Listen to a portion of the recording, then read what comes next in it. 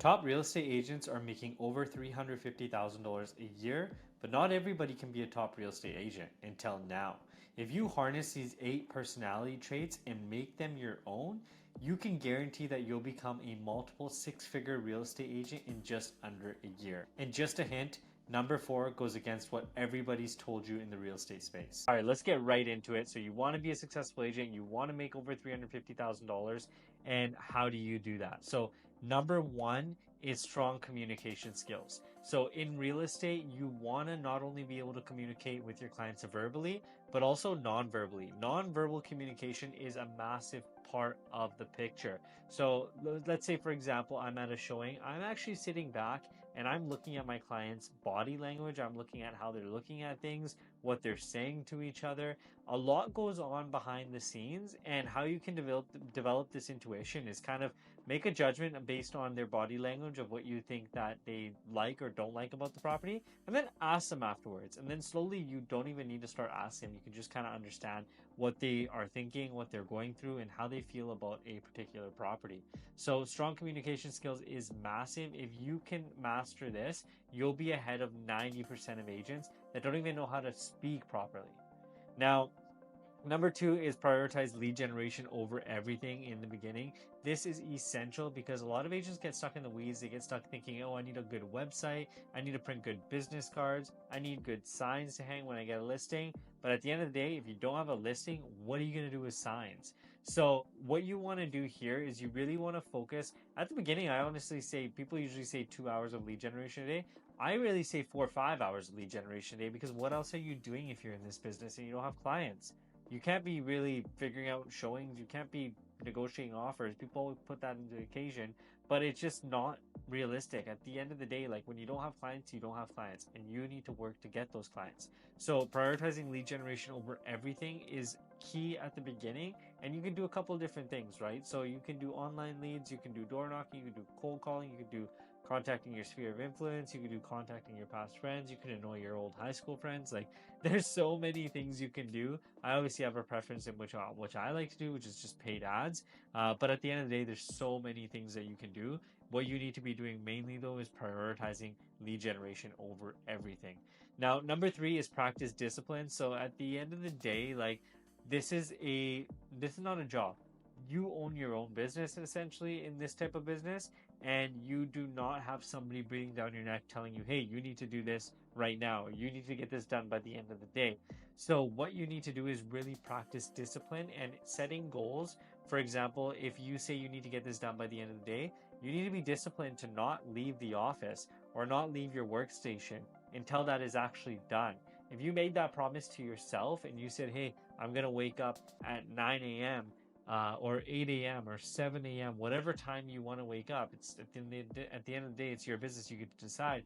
But if you say you're going to do something, make sure you actually follow through and do it, because that not only builds good habits, but it also builds confidence in yourself and self-respect. Because at the end of the day, if you don't do what you said you're going to do, you slowly start to drop confidence because you can't even listen to yourself.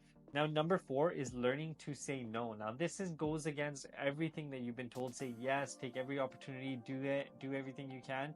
This goes against everything. Now, what you need to do is become really good at saying no.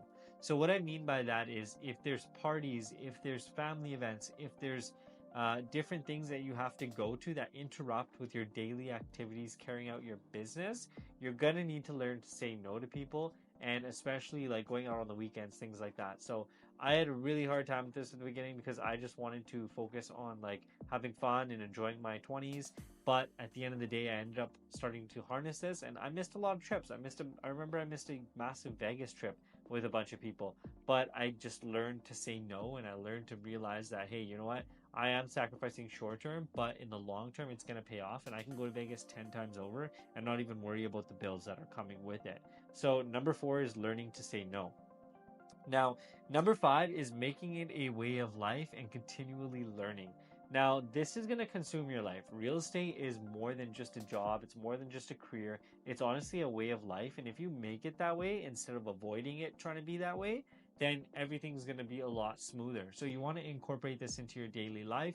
One of the things that I do is basically like make calls when I'm driving. So instead of listen to music or listen to a podcast is way better than music, by the way. But instead of doing all that, I would basically just make the calls that I have to make anyways. And a 30, 40, 50-minute drive would quickly become a very productive time in my vehicle. And that time would fly. And I didn't realize I was driving 40, 50 minutes.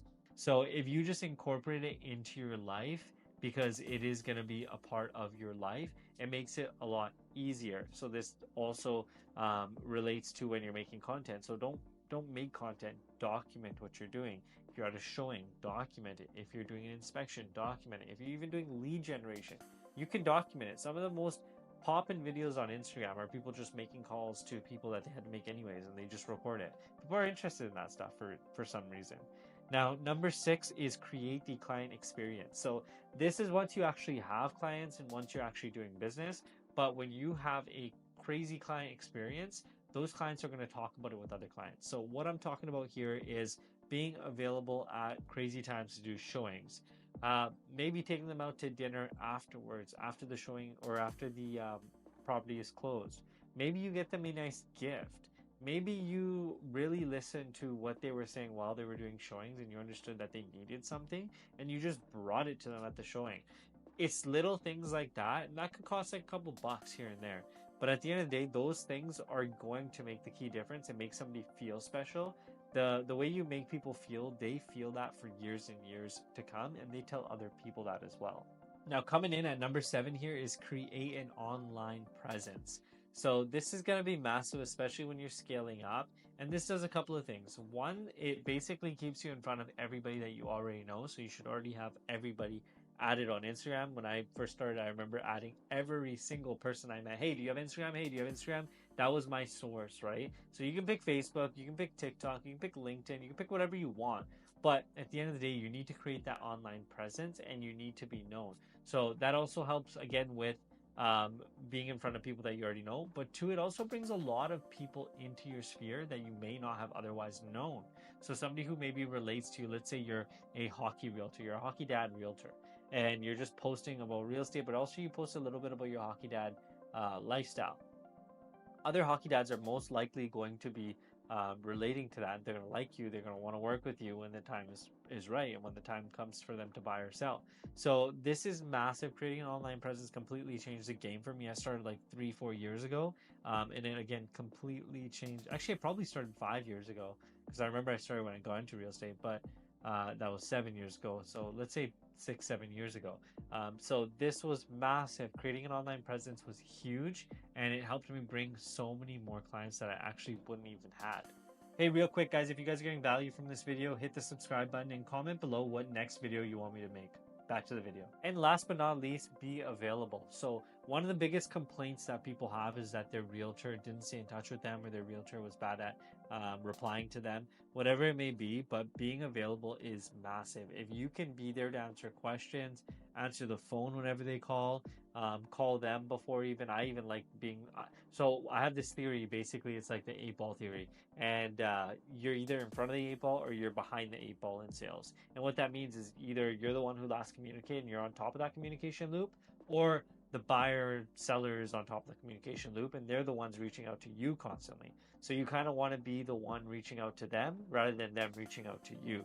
Being available is key in being a realtor and a successful realtor. And if you can harness these 8 characteristics and 8 personality traits, you can be a successful realtor in just under a year. So that is all great, but you can't really practice any of these things without any clients. Now, if you guys are lacking clients, hit the link below. I put a link to our booking page where you can book a call with our team and we can show you how we help add an additional 2 to 4 deals every single month to your real estate business. Until next time, see ya.